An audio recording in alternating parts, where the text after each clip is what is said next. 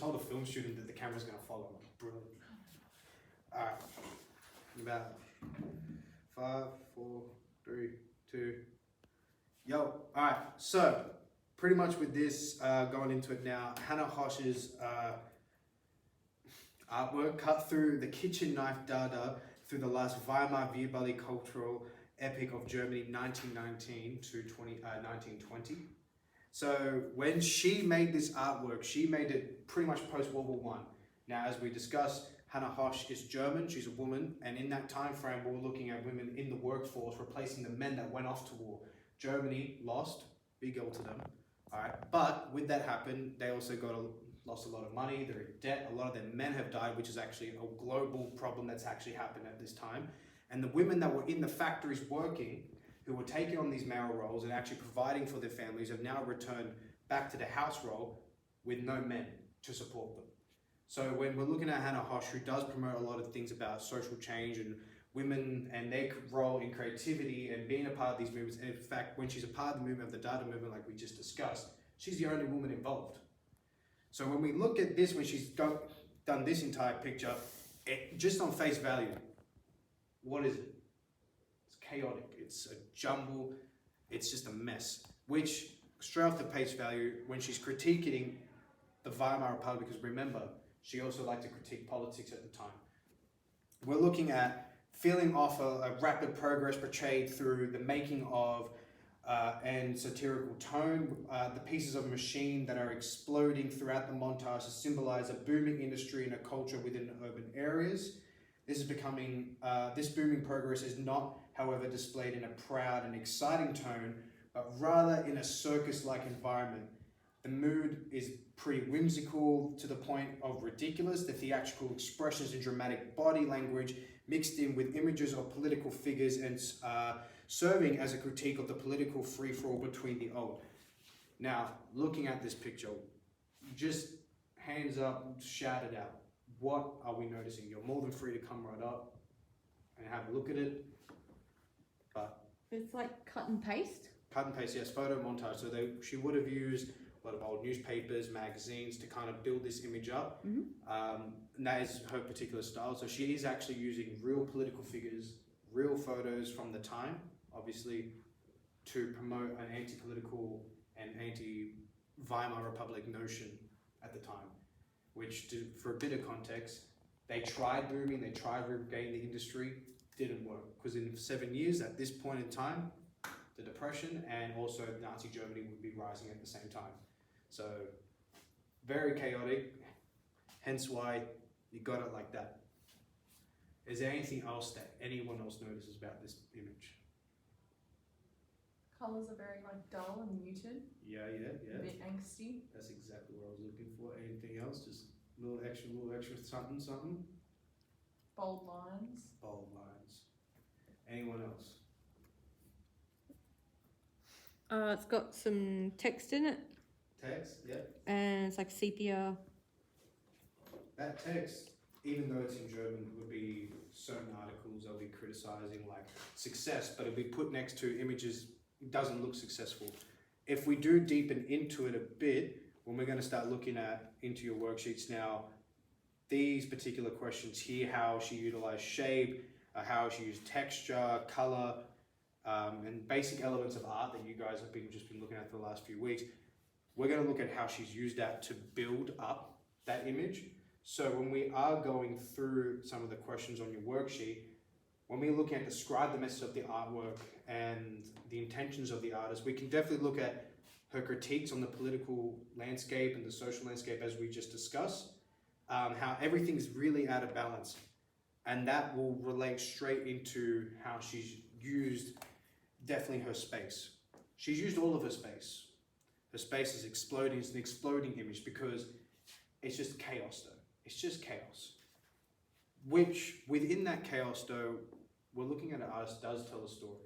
A story does come through line. How does she use line? Can anyone see how she may have used line amongst all that chaos? From like cutting out the edges of the portraits and images. It's like got quite sharp lines around it because it's been cut out. Yes, there's that. I would put that more into more the layering and the texture. But when we're looking at line, it's more where does she draw our eyes? Where does she bring our focus to and allow us to travel through the image, like we're reading a book?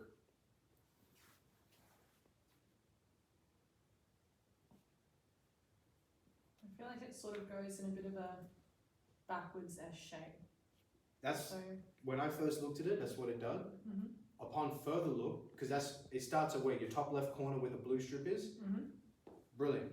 That leads me into my next point soon. But what it ends up doing is that it moves kind of clockwise, spirals in. Your eye, when you really start looking at the image, and there's a man pointing as well, he directs your lines in. And if we also then go into value, where we're talking about that tone, the depth of certain colors, it is quite bleak. But you start seeing black, you start seeing the different tones. Yes, at the time, if we look at context, there's black and white photos, there's an older, using newspapers, yes. But that color choice not only makes it bleak and depressing, but that where the eye leads to, it leads you into deeper stories, into deeper unrest. So you can look here and you can see how man has fallen, how the Industrial Revolution and even figureheads that are related to that. And it spirals you in because it's a spiraling chaos. That's how she uses her line. That's how she uses your eye to tell the story. Then, if we also look into the color, because you did say bleak, very brown. It is brown. There's very little use of color. The only use of color that got you was that blue. So how do you reckon she used blue to get, apart from getting your attention? What's the purpose behind it? To stand out in comparison to everything else. Yes. And There's a because it's on the deeper reason. edge, it's like you're leaving something or entering, like a doorway. Like a doorway, it's entering something. So she's entering a mood, she's placing you into an emotion. What does blue represent? Emotion. Emotion, sadness. But look at the blue. If you look now at its texture, because if we do look at Hosh's texture, that all the newspaper, you're layering, you're compositing, you're building up something.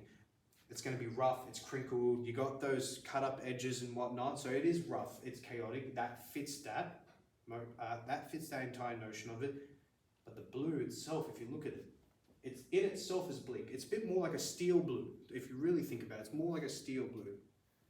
So, suggestive possibly of industry, copper, steel, but it's also suggesting that it's a sad time that we're entering. And the reason why we're here is because we've lost so many things in the war. So her whole artwork is a critique, and it's also a window into her context of her world in Germany.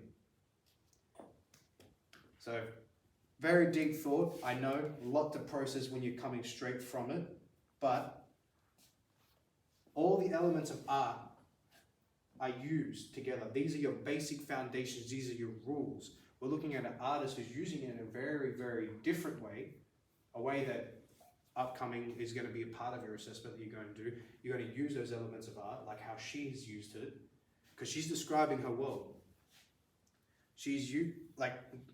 Look at the title, Cut with the Kitchen Knife Through the Last Weimar Beer-Belly Cultural Epic of Germany. That whole notion is they're filling their bellies up. So the elites are filling their bellies up, and we're going to cut through it right now. She cuts right through the entire political and social system by revealing to her audience that this is a chaos. This is just something that exploded and it makes no sense. Everything is aimless, everything is disastrous, and it's spiraling out of control, just like the image. So, moving on, we are now looking more into your assessment. What have we gathered so far, just from looking at a bit of her background, a bit of understanding of what photo montage is, which for anybody that did miss it, it's pretty much compositing, layering, found images into pretty much a scrapbook, into collage. Does anybody gathered anything so far that they want to shout, they want to bring to the table from what they understand and know so far?